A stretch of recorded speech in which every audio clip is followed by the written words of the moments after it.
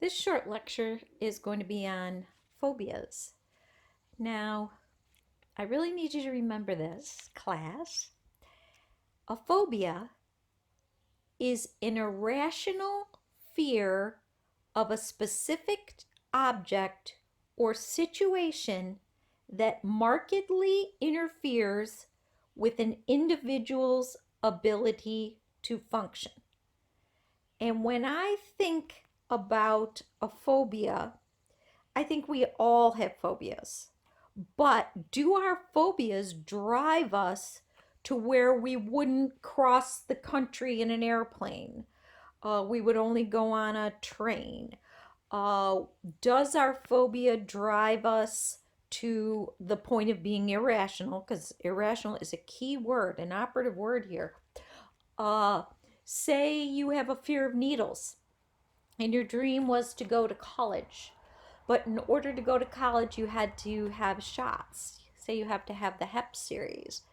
And you say, whoa, there's no way that I'm going to college if I have to get a shot.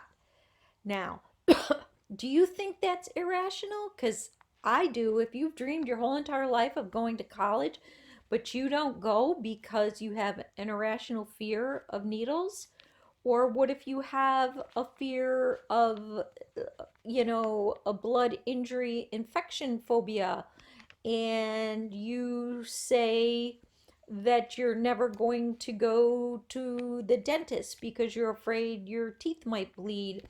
And then they end up bleeding, of course, because they're going to no longer be usable in your mouth. I mean, it becomes really irrational, and that's the key thing here. So, I want you to think about that because obviously you might have a phobia, but you're going to still manage your life. If you have claustrophobia and you don't want to be in an elevator, but you know that the only way to get to the top floor and you need to get there is by the elevator, and you just like suck it up and I'm going in that elevator, or I'm going on that airplane, or I'm going to go in the water. But so there's a big difference between us managing our phobia and not being able to manage. And actually, again, we're going to use those words: deviant, dysfunctional, distressful, uh, you know,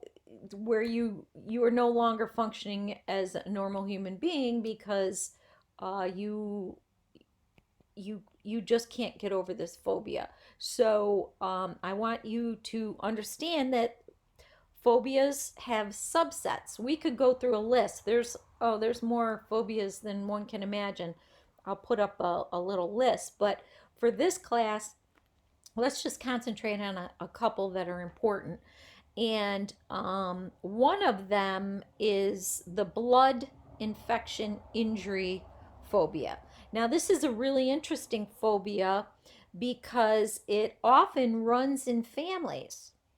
Interesting point. And its onset, which onset means when it usually starts, is about 9 years old. So, also interesting. But here's a really interesting thing about blood injury and infection phobia is often people, and you've seen this in the movie, someone sees blood and they faint. The reason that they faint is, uh, when we talked about the sympathetic nervous system, and when we have, uh, you know, a fear, our heart rate increases, our blood pressure increases. That's a normal reaction. But with this phobia, uh, the heart rate actually drops and the blood pressure as well. And that is what makes people pass out with the blood infection injury phobia. So that is kind of an interesting thing. So I also want you to think about a situational phobia. That can often happen in the mid teens to the 20s. A situation is literally, as we say, a situation. Well, what's a situation? Oh, the fear of flying. A situation is being in an airplane. situation might be, and you could have uh, a fear of bridges. That's a situation. The bridge may be high, but it's not a fear of heights, it's a fear of bridges. Uh, I was reading a case study once where a person had this situational phobia of bridges, and they had an interview for this really fantastic job, which the person was offered the position, and but they had to work in this outside building, and in order to get the outside building, you had to cross, ready, a footbridge. A footbridge. That's a very low bridge over a little stream or something. They didn't take the job because they wouldn't go over the footbridge, and it was the only way. So you can see how that becomes irrational. So that is definitely. I want you to think about natural environment phobias. Now, a natural environment could be heights, could be thunderstorms, water, any lightning, anything that's related to the natural environment. Very often people have a fear of thunderstorms or water.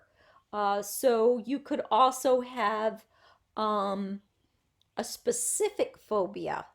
Now, you're going to see a video about Marvin and his phobia, which happened because when he was a child, his neighbor was attacked by a pit bull. And Marvin grew up and he never did anything to resolve this phobia, not of dogs, but of the specific phobia of the pit bull. I mean, you could have an animal phobia, but in this case with Marvin, it was specific to one type of dog. So, what you want to think about is very often when a person has a phobia and they get stuck in the position, let's just say you're in an elevator and you have a phobia, a claustrophobia, you're going to have a panic attack. And the next lecture is going to talk about panic attacks and panic disorder. But you start to have a panic attack, and this panic attack is only going to happen in this specific situation. Okay, it's not when you're, if you never have to go in an elevator, you won't ever have this problem, but that it's related to that specific phobia. Okay, so uh let's just talk for a second, about how we might resolve phobias. And what you generally try to do is you try to desensitize people towards the phobia. So if you had a phobia of, let's just say, we'll use Marvin since you're required to watch that video. Marvin, in the video, you'll see him in a field with this dog, but it didn't just start off, that was his treatment. He probably went through a very long process. Maybe you would start off by seeing pictures of a pit bull in a magazine. Maybe then you would see a video of a pit bull. You're trying to desensitize yourself so that you get to the point where he was at the park and it was a puppy, a pit bull puppy, and he was to touch it. It didn't happen automatically. So you're desensitizing. Now you can definitely use a, a technique, a therapy technique called flooding, in vivo flooding, where you would take someone, let's just pretend a person had a fear of water. And so the way to treat them, it would just put me over the top. They have a fear of water, and so you literally drop them into a swimming pool. You're flooding them with this phobia. seems horrible to me, but that would be in vivo flooding. You're just, put them in a room filled with pit bulls. It just, but it certainly can work. It'll like shock your system. I prefer the slow and steady method of desensitization. But you can also hear this referred to as exposure therapy. You're slowly exposing a person to the thing that they're most afraid of, this irrational fear. So remember the high points of this small 10-minute lecture, and then we'll move along to panic attacks and panic disorder.